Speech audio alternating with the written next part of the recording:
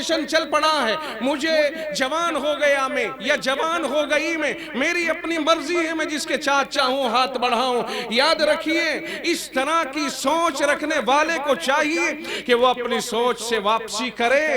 ارتداد صرف اسی کو نہ سمجھا جائے کہ ہم نے اس کو سوچ لیا کہ اگر کوئی کلمے سے پھر گیا تو وہی مرتد ہوا ہے۔ آج تہذیبوں کا ارتداد ہے۔ آخری 2 منٹ 3 منٹ میں یہ اس مسئلے کو سمجھا کر کے بات ختم کروں۔ تہذیبوں کا بھی ارتداد ہے آج، صرف عقیدوں ہی کا نہیں۔ ایک آدمی صرف یہی نہیں کہ وہ یہ کہہ دے کہ میں اللہ کو نہیں مانتا، میں رسول اللہ کو نہیں مانتا، معاذ اللہ قرآن کو نہیں مانتا، میں تو آج سے فلاں فلاں کو مانتا ہوں۔ یہ تو بہت کھلا معاملہ ہو گیا۔ نیچے اس سے اتر کے دیکھیں گے تہذیب کا ارتداد، یعنی بہت سے احباب، بہت سے مسلمان، میں نے یہ بات اس سے پہلے بھی کہی تھی اور پھر یہاں بھی دہرا رہا ہوں، اور یہ دہرانا میں اپنی ذمہ داری سمجھتا ہوں کہ لوگ یہ سمجھتے ہیں کہ اگر کسی نے کلمہ کفر کہہ لیا تو صرف وہی مرتد ہوا ہے۔ ارتداد تہذیبوں کا ہمیں اسی طرف لے آتا ہے جو بڑی بڑی شکل ہوتی ہے۔ جیسے مثال کے طور پر بہت سے تہواروں کے اندر جہاں صرف یہ ہوتا ہے کہ پہچان ہے وہ کسی کی، ہم اگر محض امن و امان، پیار و محبت، بھائی چارے کے نام پر دوسرے کے شعار اور دوسرے کی پہچان اور دوسرے کی نشانی کو اپناتے ہیں، اور وہ مذہبی نشانی ہو، اس نشانی کو اپنانے والا اس کا مذہب سے متعلق سمجھا جاتا ہو، ایسی تبدیلی کو ارتداد کہتے ہیں۔ اور یہ ارتداد کی وہ شکل ہے جس شکل کو انتہائی خطرناک قرار دیا جائے گا، اسے تہذیبی ارتداد کہا جاتا ہے۔ ہماری تہذیب یہ ہے کہ ہم پر اسلامی شان و شوکت ظاہر ہو، ہم ہر اعتبار سے مسلمان ظاہر ہو، دوسرے کی تہذیب سے متاثر ہو کر ہم اس جیسی تہذیب نہ اپنائیں۔ اب کہہ دے کہ صاحب ایسے کر لو اور یہ کر لو اور یوں کر لو، کئی ساری چیزیں ہیں جو بہت مخصوص چیزیں ہیں، نہیں ایسا نہیں ہونا چاہیے۔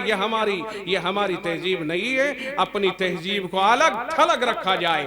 اور جہاں تک امن و امان کی بات ہے تو امن و امان کا تعلق اس سے نہیں کہ ہم کسی کی تہذیب کو اپنا لیں، بلکہ امن و امان، بھائی چارہ، پیار و محبت محمد الرسول اللہ صلی اللہ علیہ وسلم کے در پہ ملے گا۔